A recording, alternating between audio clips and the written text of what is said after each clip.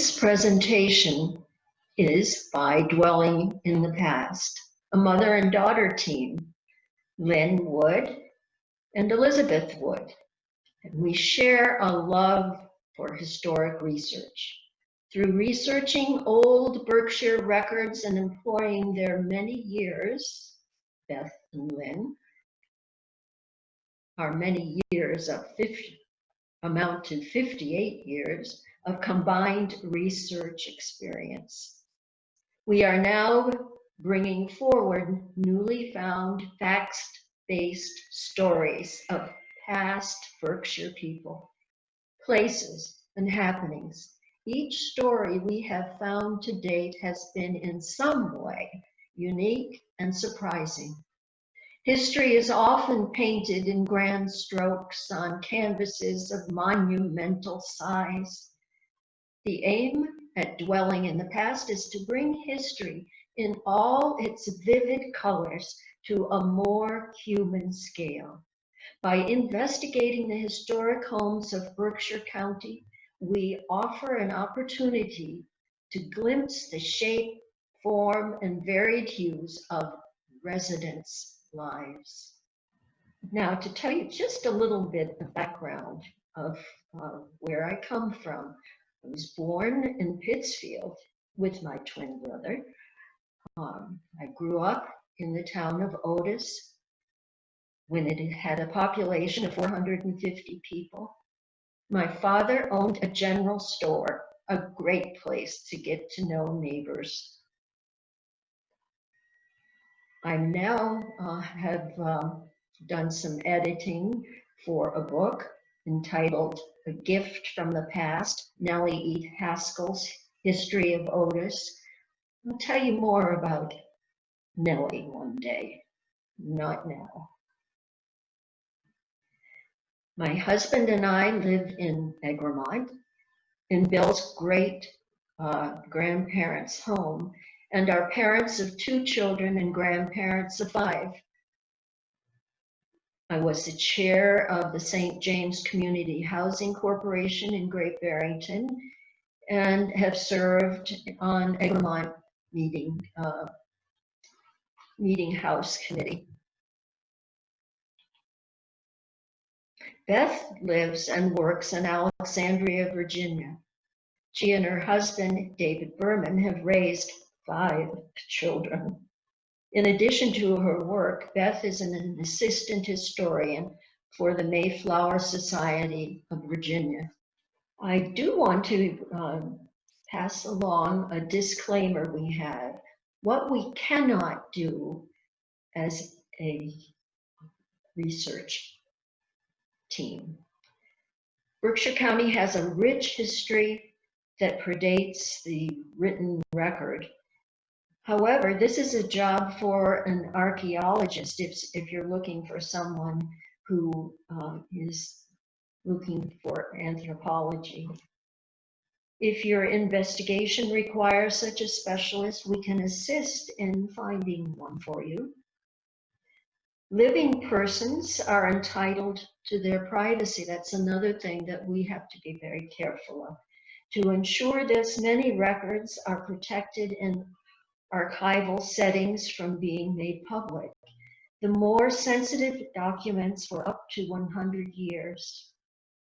Unless your home was owned by someone living it up on the society pages, or as they call it now, Instagram, you will not find out about living persons from our research. Some sources that we do commonly use. Registry of Deeds. There are 3 wonderful registries in Berkshire County, and deeds from the colonial period may be held in neighboring counties. Government records are available. These can range from federal and state census records to World War II draft registration records, to minutes of town meetings and assessors' maps. And don't forget newspaper records. The local newspapers are treasure troves of information on the social history of the area, community celebrations, anniversaries, travels of people, guests staying in the household. All of these are subjects of local interest in the news. Written histories are available. We don't try to reinvent the wheel. Excellent histories are available for many of the towns in Berkshire. Charles Taylor's History of Great Barrington being one notable example. There are local historical commissions and societies and published biographies and genealogies. I'll move on to Egremont, particularly, place where I live. We live in the Reverend Gardner Hayden house. Our family home has been there since 1875. The main portion of the house is in the Federal style and was built in 1824 for Reverend Gardner Hayden, the Egremont minister, and his family. Historical records confirm the minister's purchase of the land that the house is on, and that the land increased in value commensurate with having a new house built on it when it was sold in 1832. We thought this was the end of the story, the end of the history story for our house, until James Parrish stopped to visit us.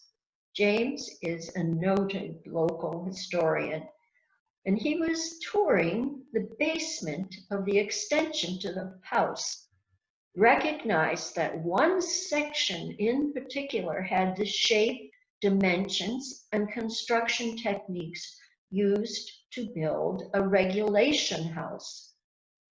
The regulation house is the minimum structure required to show settled improvement to a property in order to maintain owner-occupied requirements during the colonial period.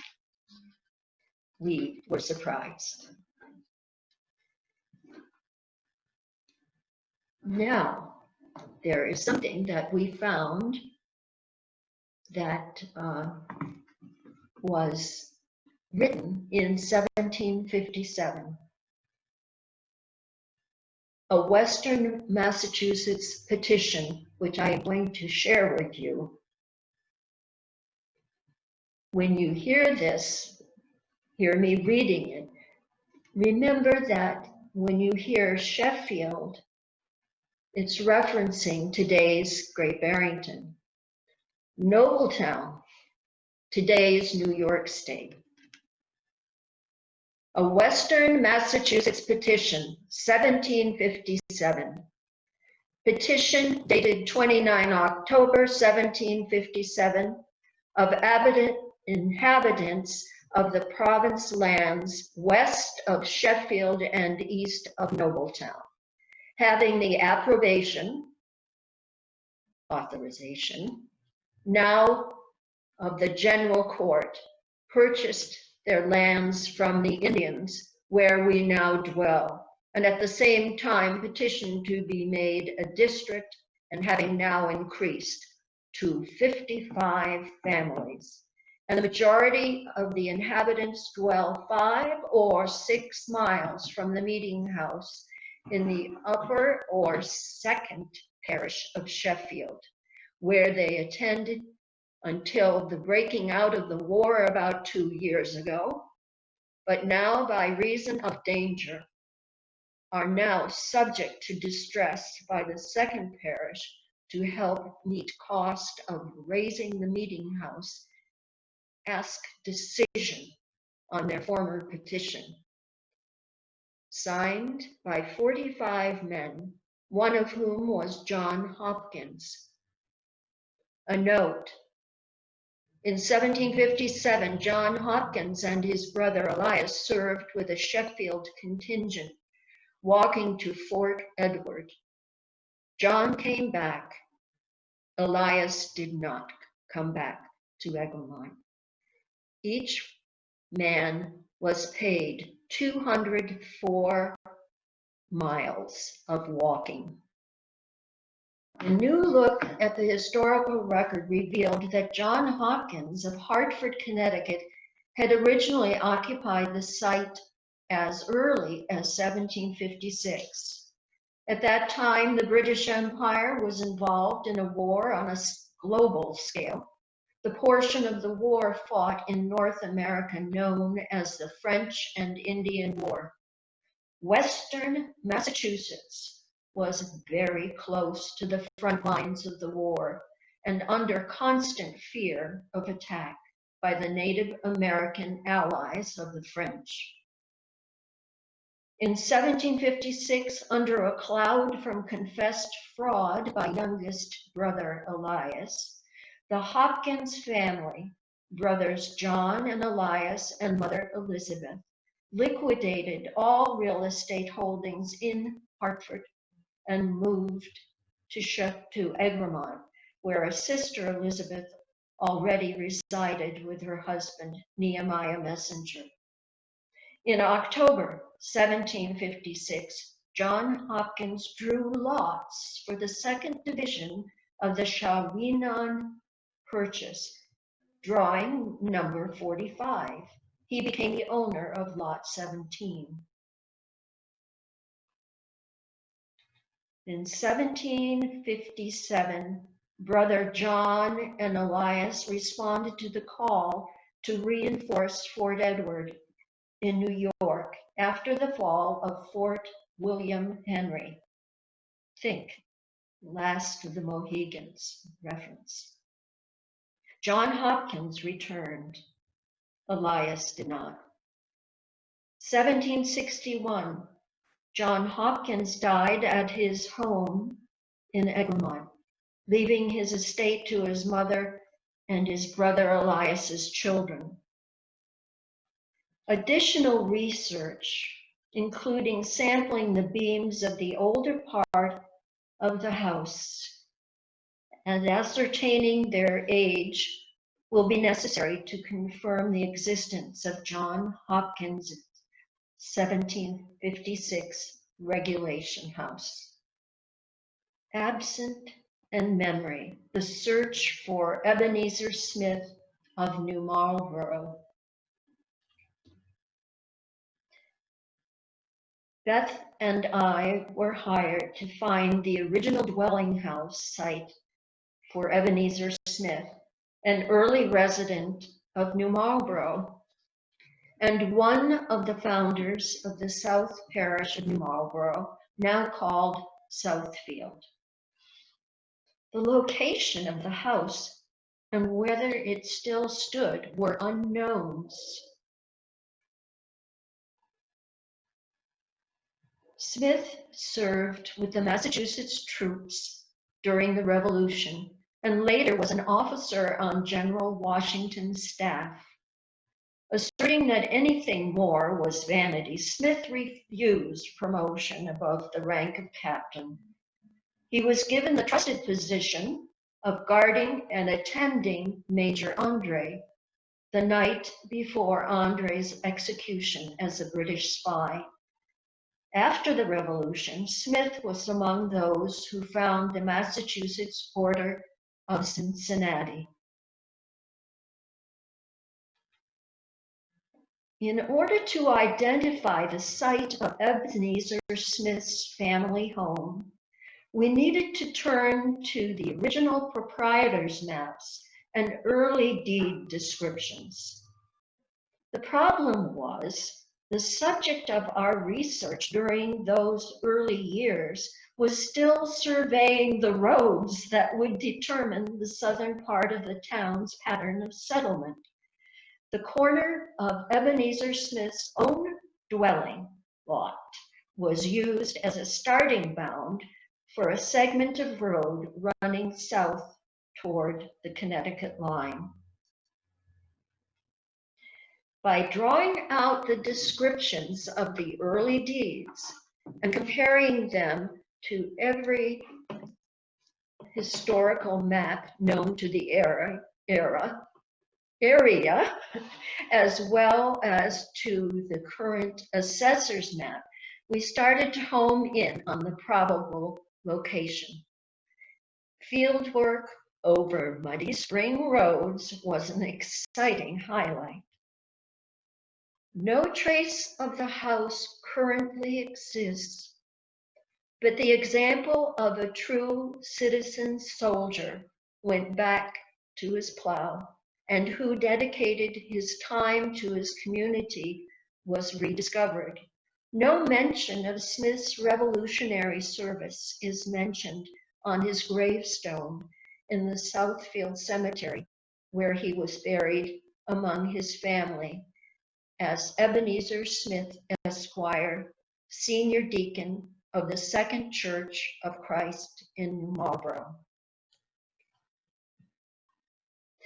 Our client, a university professor, collector of fine early American antiques and expert in colonial New England building techniques, brought us an interesting case. He knew every inch of his home, but knew little about A, the individual who built it, B, the house's original location, C, the history prior to the house being moved from Great Barrington to Egremont in the 1940s.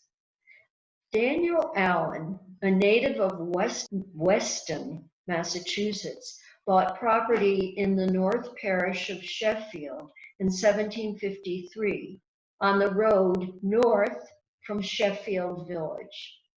His workshop was already in place on the property. That property is near the modern intersection of Taconic and Main Streets in Great Barrington. The house he built for himself and his family was stylistically similar to one which he built for General Joseph Dwight in 1759.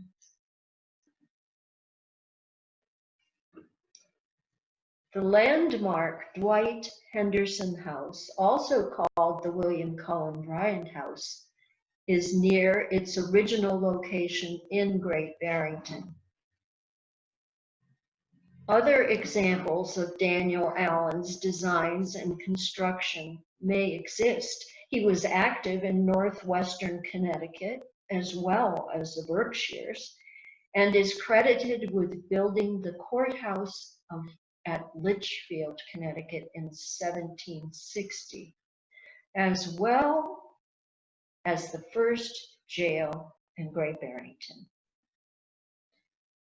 Allen was a lieutenant in the militia and served as a town officer. By the time of his death in 1767, at the age of 42, he had become prosperous and styled himself a gentleman. One small bequest from his last will and testament gives us a tiny window into the man's heart. To my beloved wife, Esther Allen, a piece of crimson broadcloth for a long cloak. Daniel Allen is buried in the Mahawi Cemetery. Our research revealed that Daniel Allen's house had been moved no fewer than 3 times since 1753. Through a combination of historical maps, property descriptions, newspaper, and historical accounts, we were able to approximate its original location. Please contact the Sheffield Historical Society for more information about this program.